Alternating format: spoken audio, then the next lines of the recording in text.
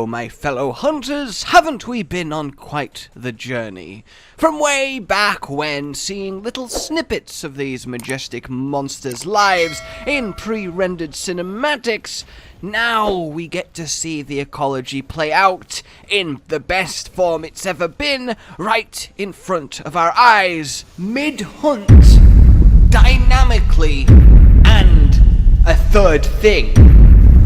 Yes, indeed, today we are talking about Turf Wars. Now, before we take the pickaxe of discussion and smack it against the boulder of this topic, let me first say that, of course, Turf Wars are, in my opinion, one of the best things ever to happen to Monster Hunter. You may realize this, but I particularly love the ecology and the lore and the world and the nature of the whole, well, world of Monster Hunter. It's kind of what I'm all about. It's what first hooked me deep like the claws of a Rathalos into the back of an Anjanath going, "Oh! Oh!" And it is precisely because of that I see a few little disappointments the more I kind of look into Iceborne Turf Wars.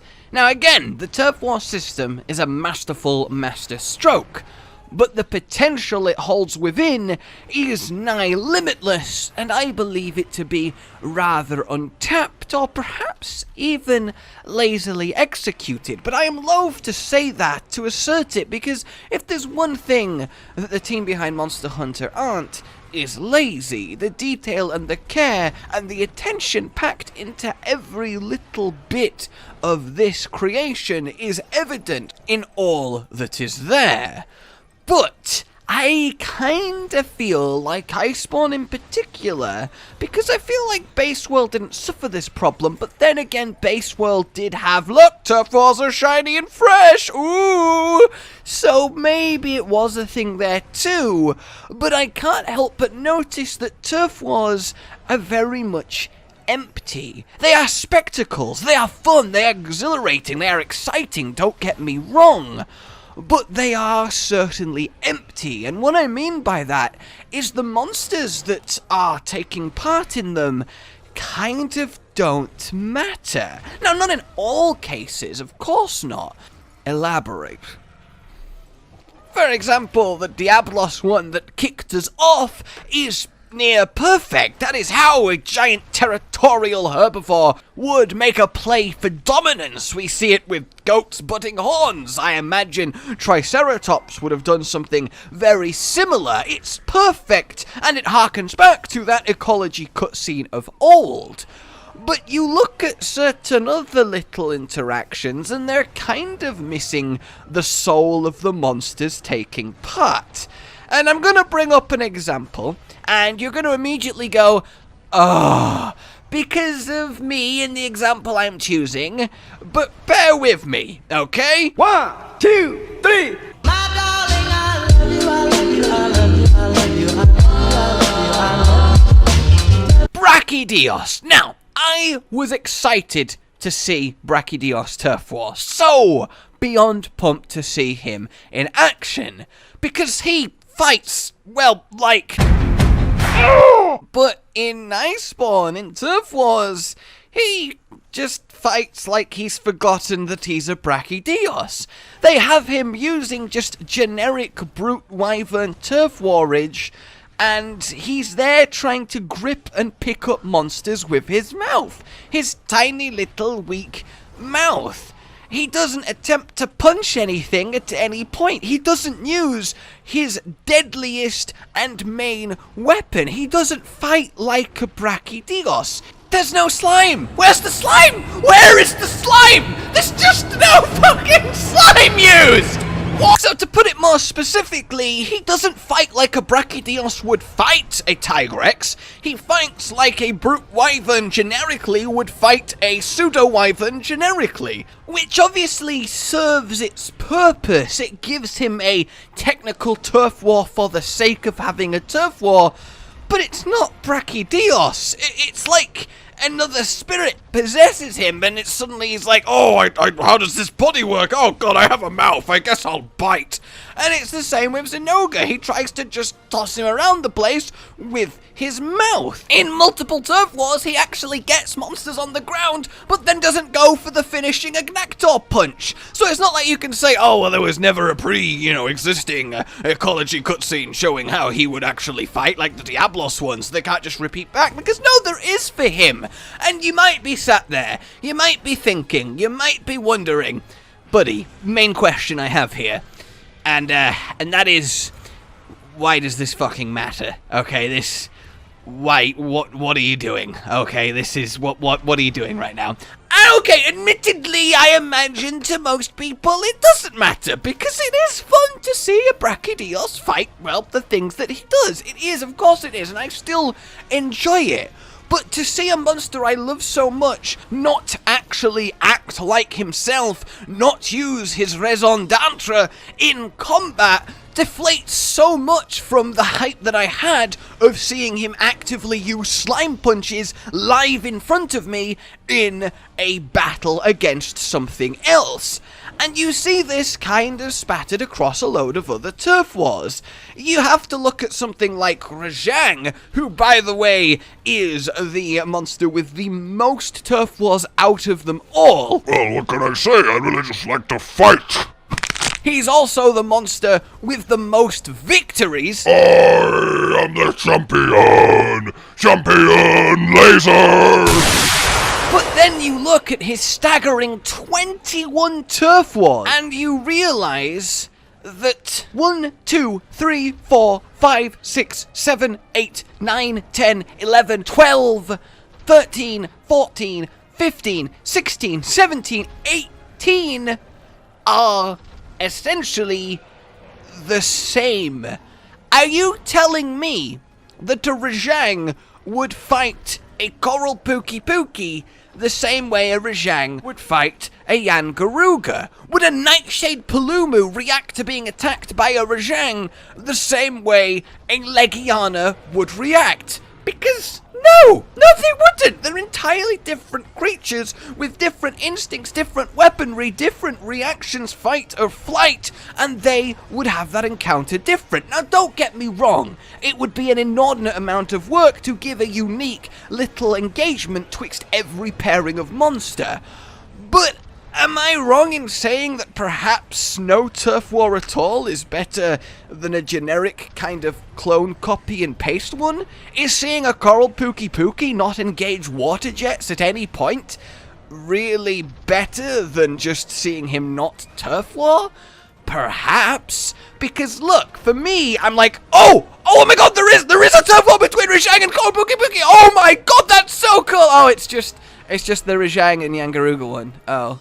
Okay. And talking of the Yangaruga one, he grabs him by the tail, right? The Yangaruga tail, which is coated in devastating poison, dripping with it. And Rajang gives it a good old jolly hug. It would pierce him and absolutely devastate his systems.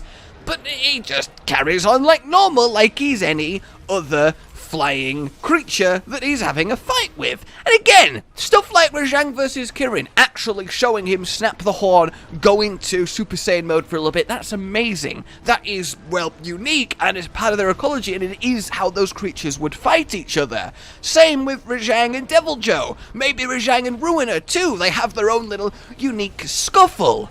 But I don't like these kind of copy-paste generic Turf Wars that feel like they're there just to bulk out the number of Turf Wars, just there for the sake of being there.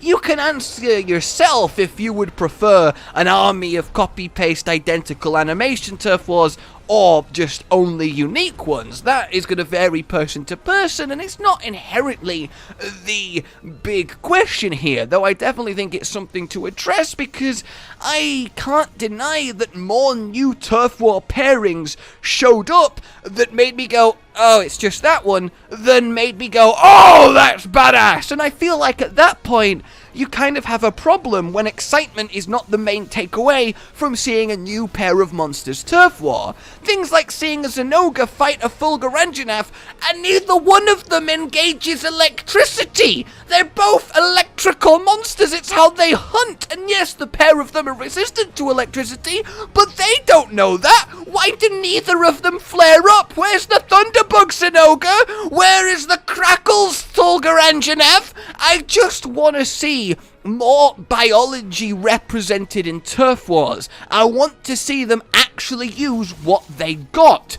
And then within that, I want to see Turf Wars taken to the next level, because they are, as I said, wonderful, and I adore them. I really, really do. But every system, no matter how good, of course has room for change and perhaps improvement. Maybe it's not improvement. I'm just some random guy talking about Monster Hunter on the internet. What do I know? But I'll tell you what I know is what I want, and what I want is for things like this.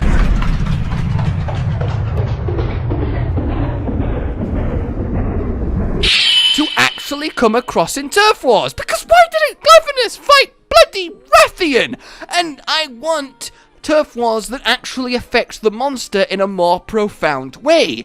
Diablos on Diablos breaks a horn, that's fantastic, but where's the rest of it? Where is a Turf War with Glavenus where he slices off a tail, or wing spikes, or actually breaks more parts? Adding part breaks to Turf Wars would be a lovely way to just really show the impact of them.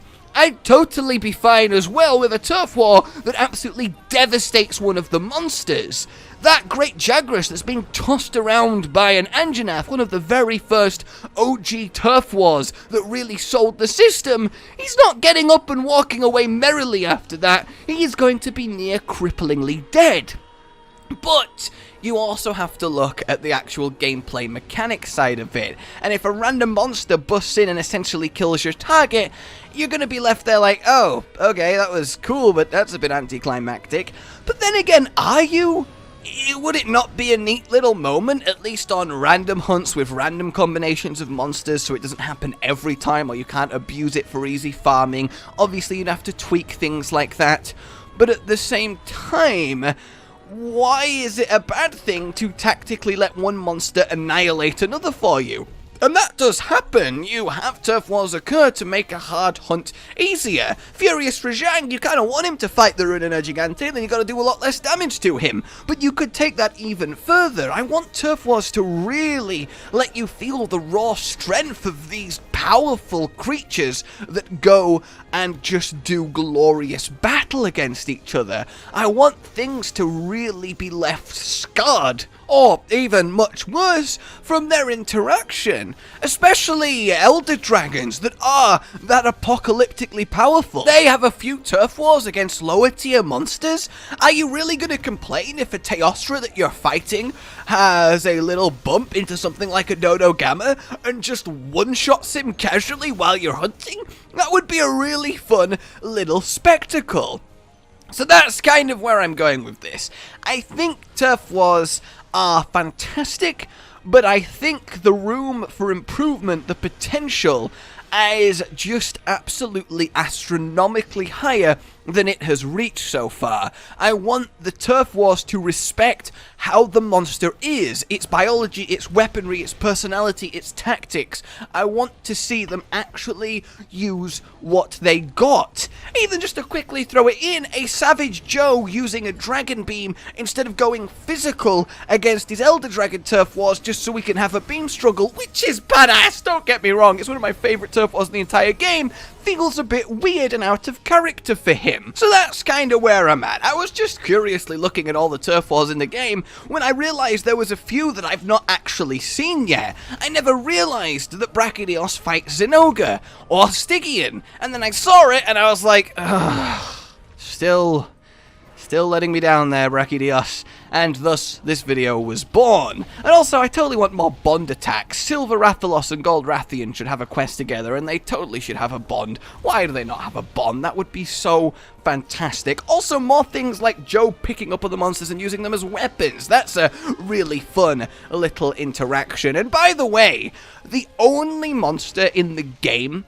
that is not part of any kind of special interaction. So, for example, Dodo, Gyros, and Kulu don't have a turf war, but they are picked up by Joe, so they have that going for them. Silver and Gold don't have a turf war, but, you know, they are, well, another variation on Rathalos and Rathian, who both are part of Plenty.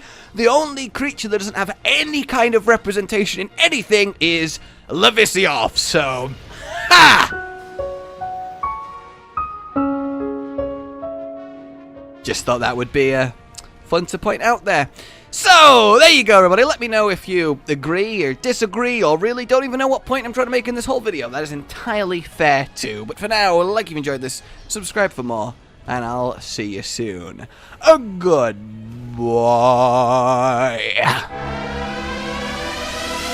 Rage Gaming with the video flow. But that's all that's really relevant at the mo, but I'm still gonna leave this up so you patrons know that I love you even though the outro's no longer that kinda relevant. But the new one's being worked on and it's gonna be a truly badass song, and don't worry, I won't be doing any rapping on it.